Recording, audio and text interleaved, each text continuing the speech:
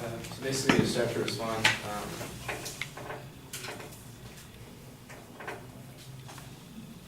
so basically, like, wind and solar really can't compare. There's like a book called The Energy Reality Project by Mike Conley and Tim Maloney. Basically, they were running some numbers, some estimates, and basically, in order to generate, the U.S.'s energy needs, they said, in wind and solar, it's about 29 trillion to like 19 trillion, just an exorbitant amount, like way too much.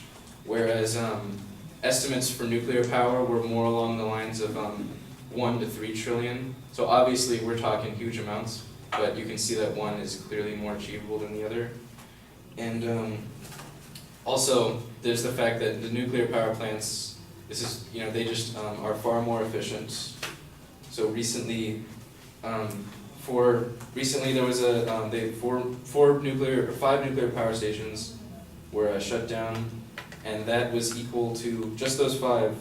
It was equivalent to 3.7 million rooftop solar panels, or 7,600 wind turbines, according to Yale Environment 360. And to respond to the sustainability issue, basically, obviously it isn't sustainable because uranium, it's not technically renewable because uranium, it's a finite substance, but it's pretty much sustainable, we've determined, pretty much for the reason that, like Barry W. Brooks, in a textbook, Why Nuclear Energy is Sustainable, has to be part of the energy mix, published by Elsevier. They found that based on the uranium we have alone, without any mining any additional uranium, we could run our nuclear power plants for centuries at least. Not to mention that this goes to the waste disposal issue too. There's a theoretical basis for recycling the waste and using that for fuel as well, and also even potentially getting the nuclear fuel from seawater, which could be a highly sustainable supply. Basically, most of the opposition for nuclear comes from like the safety issue, because people believe it's not really safe. But all things considered, there's been very few accidents. There's only been 3 major accidents in history, and these things have a much safer, operating lifetime. Like over the simple operating lifetime, these things are far safer than any other power generation, method. Basically, if we count fatalities per power units over the years, nuclear has averaged about 48 per year, whereas things like hydro not per year. Whereas hydro has averaged more like 10,000, and natural gas 111, and coal 597. And this is from the Safety of Nuclear Reactors World Nuclear Association. So basically, nuclear, the operation of it is much safer. And to address the 3 accidents that have taken place, one of which was should actually prove the safety of nuclear because it was fully contained in a time when nuclear was still much less advanced than it is today. 3 Mile Island incident, it was fully contained, and there weren't any really adverse effects. And then to the second of those accidents, there's been a lot of analysis that says that Chernobyl was basically due to very poor practice that wouldn't occur nowadays. For example, it was basically they were violating operating procedures and basically doing things that wouldn't have been allowed today.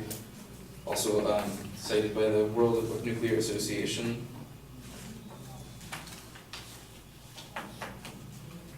And also, the Chernobyl plant lacked a containment structure.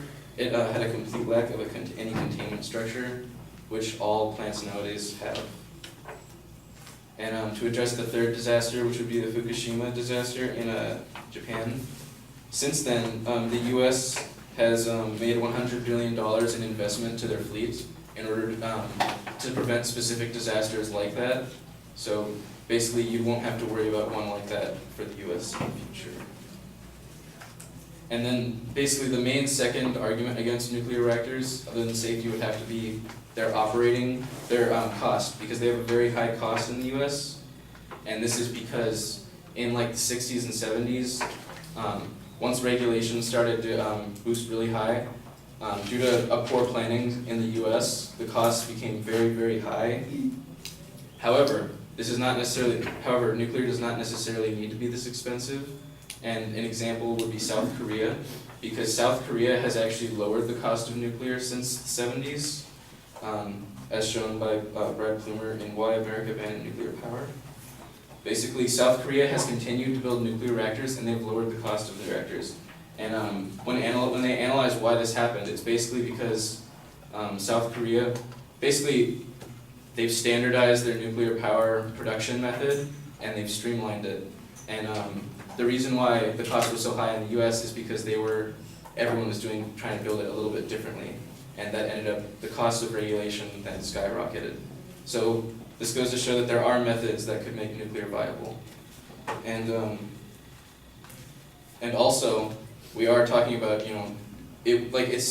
government will be involved in this. And so that also, there's also the whole credit emission plan, where MIT, the Future of Nuclear Power-Tory, in an interdisciplinary MIT study, they basically said that the carbon emission credits and other strategies like that, if government were to subsidize nuclear, that would just make it even more cost effective. And I suppose that's